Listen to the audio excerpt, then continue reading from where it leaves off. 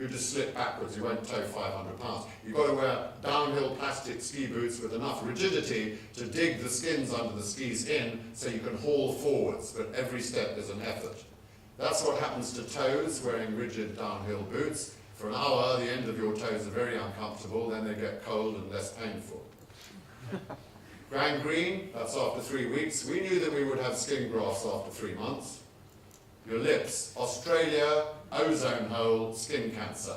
Much worse here, you're under the hole. Got to cover your skin. But you are towing 500 pounds on a dog harness, crushing your ribs as you move forwards. You breathe very hard, you can't put something in front of your mouth, so your lips get scabby very quickly. What happens at night in the tent is that you close your lips when you sleep, and when you wake in the morning, you must say good morning to the other bloke. It's called team dynamics.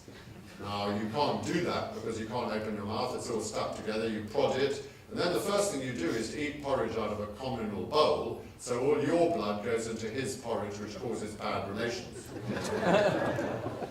Navigating. Now, you don't need to be very clever to see that that man is treading on his shadow. So, of course, his watch has got to say midday, because the sun is due north at midday. So that is the most sophisticated system of navigation. So at 1 o'clock, he's going to say to himself, right, the sun moves 15 degrees an hour, there's my shadow, I'm going to move 15 degrees there, 2 o'clock, 30 degrees. That was how we navigated until 1996, when the first polar orbiting satellites, and you had a GPS. Crevasses, big problem, you can't see them. There are thousands of them ahead to cross because they're covered by snow. When you tread on them and fall into them, you then know that they are there, which is late. So I developed a very careful policy, which was to watch the bloke ahead.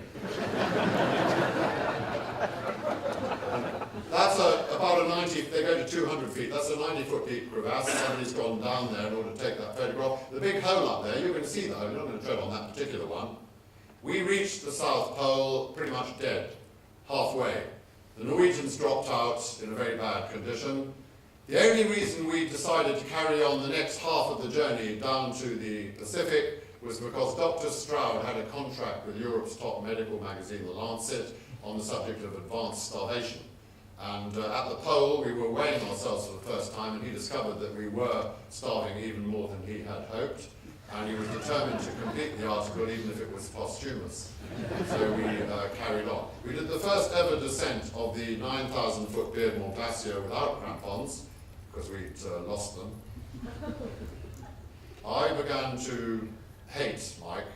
I had done 6 polar trips with him before, did 7 marathons with him, it was his stupid idea.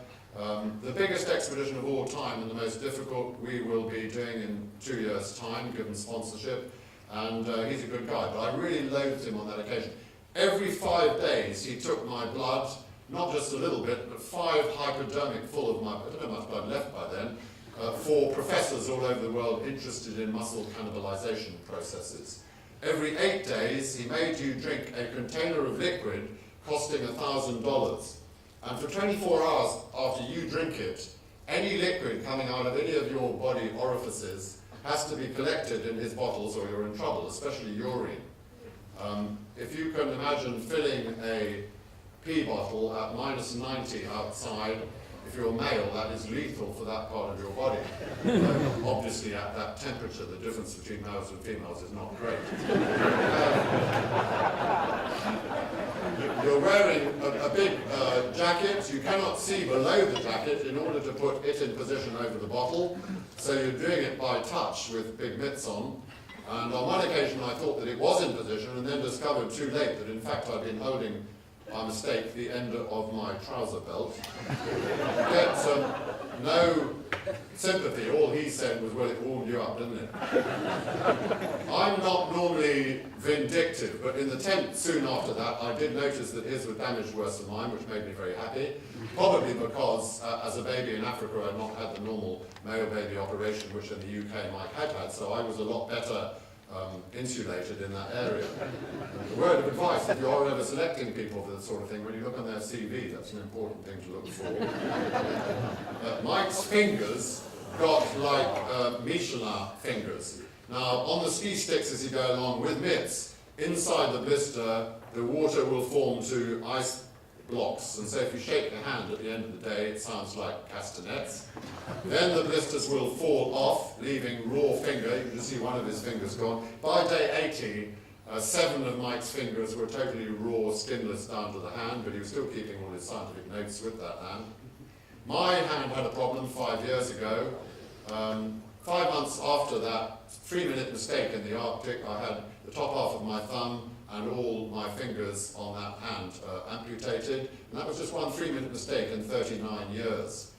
Mike and I, reached, pretty much dead, but we reached the Pacific coast, which is there, at which point we completed the first ever totally unsupported crossing of the entire continent, which today remains the longest unsupported polar journey in history. We completed 19 muscle biopsies for a nutritional system, and today we sell commercially a nutrition system where top athletes like Paula Radcliffe, Martin Johnson, Denise Lewis, gold medal Olympic, use our system. You don't need steroids to achieve peak performance if you use it. From that expedition, we also raised the sum of £4.2 million and started building Europe's first multiple sclerosis research centre in Cambridge. 6 years ago, we opened for £3 million at the Great Ormond Street Children's Hospital a new laboratory for 4-year-old London children with heart disease. I've had a massive heart attack. At my age, you expect it. Lots of you in this room will probably get one shortly. You don't expect 4-year-olds, and that's what it's all about. 3 years ago, the north face of the Igo, we raised 2.8 million. 4 months ago, I gave a cheque for 6.3 million to Marie Curie Cancer Care.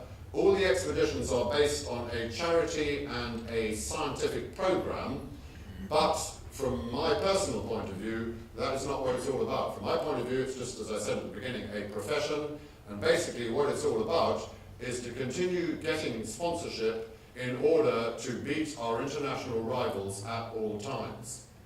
Thank you very much.